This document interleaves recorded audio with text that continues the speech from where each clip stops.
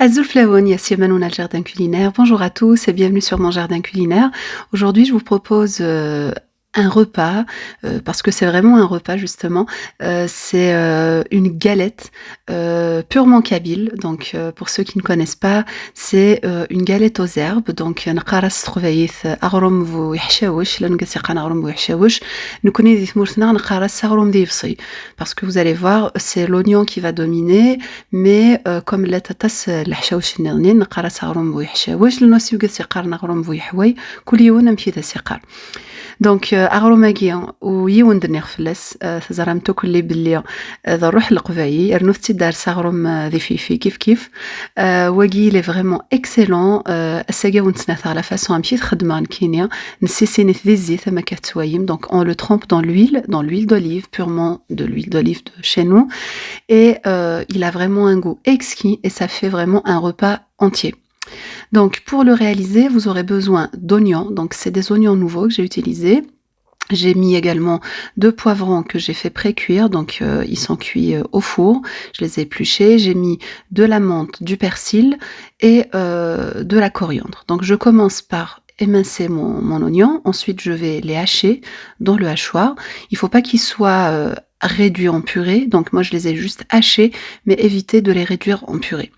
Donc ensuite, je vais également ciseler mon poivron, donc de préférence qu'il soit pré-cuit. Vous pouvez aussi le faire en version pas cuite. Je l'ai déjà fait comme ça marche très très bien aussi. Donc je mets ça de côté et puis ensuite je vais également ciseler donc mon persil et ma coriandre donc ensemble et je vais bien les hacher aussi donc au couteau ou bien au hachoir comme vous souhaitez.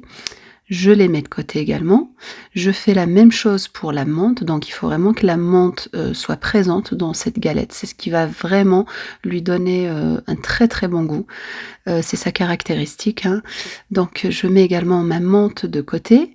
Et j'ai rajouté un petit peu de basilic frais. Si vous en avez, c'est très très bien. Donc j'ai pris également 2 petites tomates, donc j'ai enlevé le trognon, je les ai également épepinées et ensuite pareil je vais les hacher. Moi je préfère le faire au couteau pour éviter de faire sortir l'eau des tomates, sinon ça sera une purée. Moi j'aime pas quand c'est vraiment réduit en purée justement. C'est pour ça que je précise que je préfère le faire au couteau pour tous les ingrédients que j'ai mentionnés ici. Donc ensuite je prépare un petit bol de semoule moyenne et un bol de semoule fine. Je les mélange ensemble.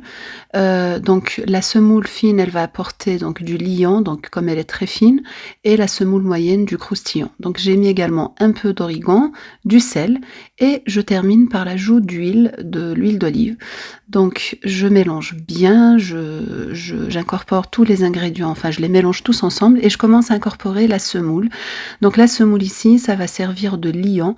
Je sais qu'il y en a qui mettent les herbes dans la semoule, donc c'est la semoule qui domine. Nous, dans notre maison spécifiquement, donc c'est la recette de ma mère hein, que je vous propose, nous, on n'aime pas que justement la semoule soit dominante. Donc c'est pour ça qu'on rajoute de la semoule en tant que liant seulement. Du coup, donc j'ajoute de la semoule jusqu'à ce que ma pâte se forme et à mesure d'ajouter, donc à mesure de l'ajout de la semoule, je presse un petit peu sur les ingrédients pour faire sortir l'eau de l'oignon qui va aussi servir justement de liant. Et puis après, donc une fois que j'ai formé mes boules de pâte, je vais commencer donc à les étaler, donc de préférence à la main. Pour vous aider, vous pouvez mettre du papier cuisson en dessous. Ça va vous servir donc à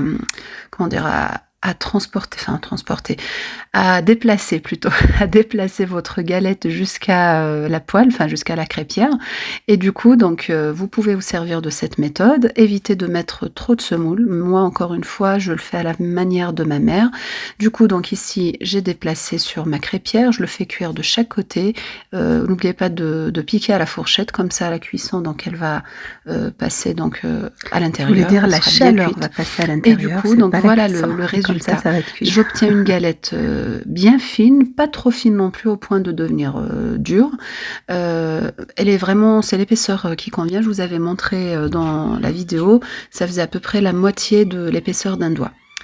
d'un index. Voilà donc le résultat. J'obtiens une très, très belle galette, elle est, suffisamment fine, très croustillante à l'extérieur et vous avez le goût de toutes les de toutes les herbes aromatiques que j'ai ajoutées dedans, le goût de l'oignon qui était très présent, de la menthe, il y en a qui rajoutent, figo aussi, matsamt.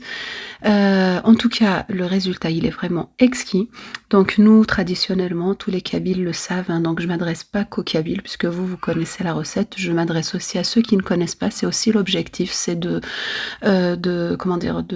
D'exporter notre culture culinaire justement à des personnes qui ne connaissent pas. Donc traditionnellement, on le trempe dans l'huile d'olive. Il y en a qui rajoutent de la tomate. Il y en a qui mettent également des poivrons. Moi, personnellement, je le préfère à la façon traditionnelle, donc trempé dans l'huile d'olive et vous le dégustez vraiment de cette manière. Je voulais pas le faire devant vous par respect, mais en tout cas, je vous montre juste la façon dont on déguste cette excellente galette. Voilà, donc c'est la fin de la recette d'aujourd'hui. Si elle vous a plu, n'hésitez pas à me faire plein de commentaires, plein de j'aime et plein de partages. À bientôt!